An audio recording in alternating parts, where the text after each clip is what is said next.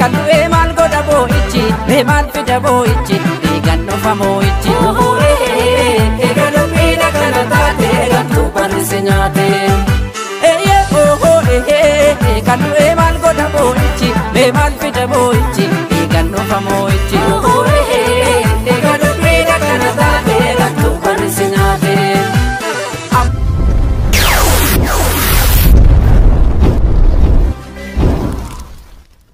Harka fuune dhaggeeffattootaa fi daawwattoonni Oromiyaa Miidiyaa Teknooloojiin akkam jirtu nagaa keessanii nageenyi keenya kan onni irraa madde bakkuma jirtanitti isin haa ga'u.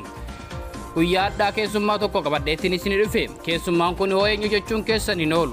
Waraana Adda Bilisummaa Oromoo keessaa qabadhee isin dhufa. Fi Waraana Adda Bilisummaa Oromoo keessatti ga'ummaa akkamii akka qabdanii uummata keenyaaf ibsaa eenyu jedhamtu asumaanuu mee nu ibsaa. Carraa kan nuu kennu keessanii fi galatooma saniin jedha. Maqaan Tiyyee Liibaan Gurraachaatiin jedhama. Ajajaa Waraana Bilisummaa Oromoo Cibraa Soddon Boorooti. Mee ajajaa Waraana Adda Bilisummaa Oromoo Cibbaa Soddon Booruuti jettanii akka uummata keenyaaf ibsaa jirtani. Mee keessumaanuyyuu jaal Liibaan Gurraachaa akka Oromiyaa Miidiyaa Teknooloojiitti baga dhuftanillee akkuma kana Waraana Adda Bilisummaa Oromoo keessa dhaabbattanii yeroo ammaa kanatti qabsoo finiinsaa qabsoo jajjabduu keessa dhaabbattanii yeroo ammaa kana nu wajjin gaafii gochuu fi guyyaa gaafa 26 Waraana Adda Bilisummaa Oromoo Cibbaa Soddon Booruu tarkaanfii gurguddaa akka fudhate dhagaatiis jirra. Mee maaltu ta'e maaltu jira jaala asumaan uummata keenyaaf ibsaa. Guyyaa 26 Saddeetaffaa bara 2022 tarkaanfiin tur tarkaanfii hedduu nama boonsu kanaaf konkolaataa 15 oolli qabatteetiin gara bulbulitti nageellee irraa sochootu egaa Waraanni Bilisummaa Oromoo woboo zoonii Cibbaa Cibraa Soddon Booruu hatta itti hidhuudhaan iddoo addaa yookaan culul yookiin madgoo jedhamtutti rukutee kiinaa 15 san hedduu isaa barbadeesse meeshaa akaama 34 irra boojjee biikkeemmi tokkoof dishqa tokko tasaas biikkeemmi 850 tasaasi tiraashii 2,200 ergaa makiinaa sun guutuma guutuutti achitti daaraa'ee caccabisaa kaleessa guurrattee hirkiftee achi yaatteen jechuudha. Mee jaala kiyya Waraanni Adda Bilisummaa Oromoo Cibbaa Soddon Booruu ammoo tarkaanfii yeroo yerootti fudhachaa jiru ni keessumaanuyyuu Waraanni Adda Bilisummaa Oromoo Cibbaa Soddon Booruu balleessinee jirra jechuudhaan kana dura miidiyaalee yookiin mootummaa garagaraatiin ibsaatis turani keessumaanuyyuu Generaalonni hedduun naannoo san irratti deemanii duula garagaraa gochaatis turani. Mee haalli Waraanni Adda Bilisummaa Oromoo Cibbaa Soddon Booruu keessa turee fi ammas keessa jiru hoo maal fakkaata jaala kiyya? Haal bareedaatti jira. Haal baay'ee namoonni haal baay'ee nam gammachiisu. Hedduu keessa turre guyyaa 26 saaree 8 bara 2022 guyyaa jimaata jechuun injifannoolee hedduu nam boonsan hedduu keessa turre. Waraanni Bilisummaa Oromoo woboo zoonii Cibbaa Cibraa Soddon Booruu erga kan irratti haal baay'ee nam boonsuuf haal baay'ee uummata Oromoo gammachiisudha. Kanaaf leessa Cibraan Soddon Booruu harkaan qabne Cibraa Soddon Booruu hedduun isa ganee Cibraan Soddon Booruu jiru harma golboo ganee Cibraan Soddon Booruu hundumti isaatu harki kennatee qabansiifne jedhaniitiin ololaa turani. Kanaaf lolli kun ammoo olola diina kana fashaleessee uummata Oromoo gammachiis jenneetiin lolli yaannu itti qindeessineetiin hojjannedha. Kanaaf Cibraan Soddon Booruu jiraachuu isaa kan diinatti hubachiise gantuu fi yartuu shifaasis ta'uu isaa namatti agarsiifneetiin jirra jechuudha. Egaa silaa namni wal jibbuu wanti inni waliin hin jenne hin jirtu jechuudha. Maal jennaani namni wal jibbuu toltu waliif hin yaadu hamtuun walitti yaada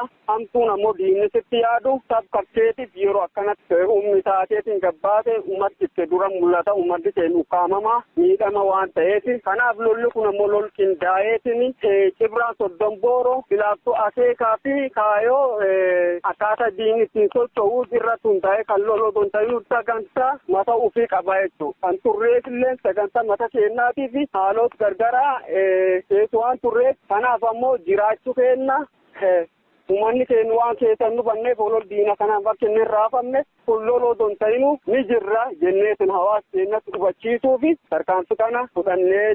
Mee jaala kiyya akkuma beekamutti waraanni PP yeroo hedduu fi naannoo Cibbaa Soddombooruu kanarratti irra deddeebiidhaan keessumaanuu kan lolaa ture ni yaadanna. haa ta'u Cibbaa Soddombooruu ajjee yookiin ammoo waraanni adda bilisummaa Oromoo hinjifachuu yoo barbaachise Cibbaa Soddombooruu dursinee balleessuu qabna iddoon humna qabu bakka kana jechuuni qondaaltotaa fi keessumaanuu jeneraalonni waraana PPdha yeroo hedduu irra deddeebiin bakka sanittis deemanii naannawa san irra deddeebi'anii ilaalaas turani. Okiin opereeshinii haaraa jechuun opereeshinii tokkoffaa lammaffaa jechuun duula hamaa achirratti taasisaa turani. Mee waan kanarratti hoo isin maal jettu? Haalli waraana adda bilisummaa Oromoo Cibbaa Soddombooruu ittiin balleessuu danda'an yookiin kaayyoon mootummaa faashistii kana akkamitti cabsitanii har'a geettanii jaala kiyya mee kanarraa isii waan muraasa nu tuqaa. Egaa kuni isaadha jennaani humna hedduu hundayyuu Cibbaa Soddombooruu hanga balleessinutti waraan bilisummaa Oromoo balleessuu hin dandeenyu ka jedhu humni akkuma jiru Oromiyaa hundayyuu keessaa funaanamee iddoolee gargaraatti funaanamee as Cibbaa Soddomboorootti nurra duuleetiin ture.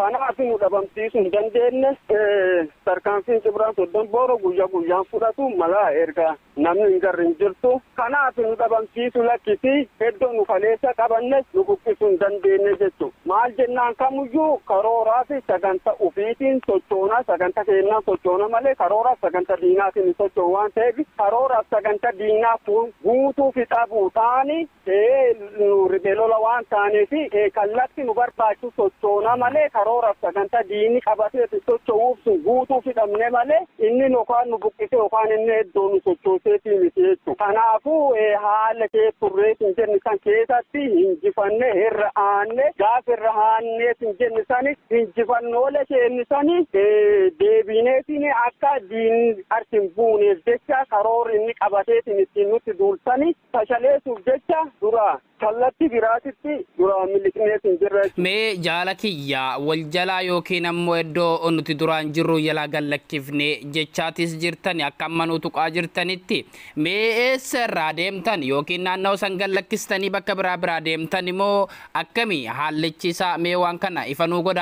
Kallattii biraatitti dura miliqnee jedheetiin jenne asu wal maddi ciifne jechuudha. Akkaataa ammoo inni itti karoorfateetiin humna manga kan qabateetiin turetti akka ribeelola tokko turtaa waan hin barbaanneef iddoo inni akkan ta'uuf sani gadhiifneeti dura goruun keenya hin jirti jechuudha. Maal jennaan of ijaaruu ka jedhu san of ijaaruu fi ammoo dura goruun keenya jira malee iddoo sanis akka inni humnaan hin qaban nu lakkisi uummanni Oromoo guutuu nu ragaa. Mee waraanni adda bilisummaa Oromoo Cibbaa Soddombooruu gaafa guyyaa 26 baatii 8ffaa 2022 tarkaanfii fudhate mee akka ajajaa waraana naannawa saniitti yookiin ammoo Cibbaa Soddombooruutti maaltu isin dhagahama mee isin akkamitti ibsitu ummata Oromootiin hoo akkamitti ibsitu mee isin injifannoo argattan sani. Lola hedduun amboontu kan diina rifaasisu ta'uu isaa hawaasni Oromoo guutuun itti gammadee Cibbaa Soddombooroo olol isiin dhaantuu fi qilleensi isiin oli gadooftisanii isiin faarsi ta'uu isaa hubatee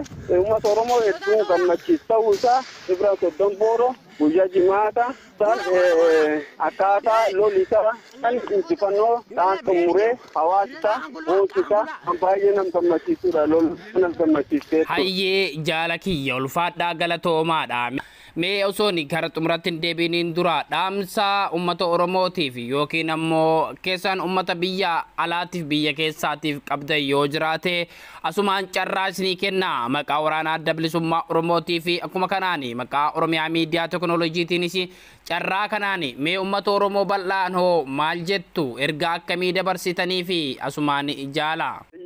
Galatoma yaamchaan uummata Oromootiif qabu uummata Oromoo kan biyya keessaatiif kan biyya alaa jirus kan biyya keessaa amma tokko waliin jirra kan ammoo nurra iddoo fagoo jirus taanaan baga guyyaa har'aa injifannoo kan waliin jeenna jedha ammoo as deebisi uummanni Oromoo kan qabsoo waraanni bilisummaa Oromoo geggeessu kanaan alatti wanti bilisa is baasu tokkolleen akka hin jirre beekuu qaba jechuudha dursa. Kanaaf uummata Oromoo kan biyyi keessaa fi kan biyya alaa inni dursu tokkummaadha. Nam tokkummaa qabuttu quncee wal gargaaraan arbiisatti jedhanitti nam tokkummaa qabuttu tokko ta'eetini ifatti ba waan ta'eef tokkummaa akka qabaate bilisummaa Oromoo bir dhaabbate kan qaras bir dhaabbachuu jiru sitti jajjabaate mootummaa garboonfata kan akka ofirra buufnu jechuu barbaadeetin jechuudha. Keessumaa warri biyya alaatti paartiilee gargaraa qoodamaniitiin achi wal darban achi wal miidhaa jiran kunini tokkummaa qabaatanii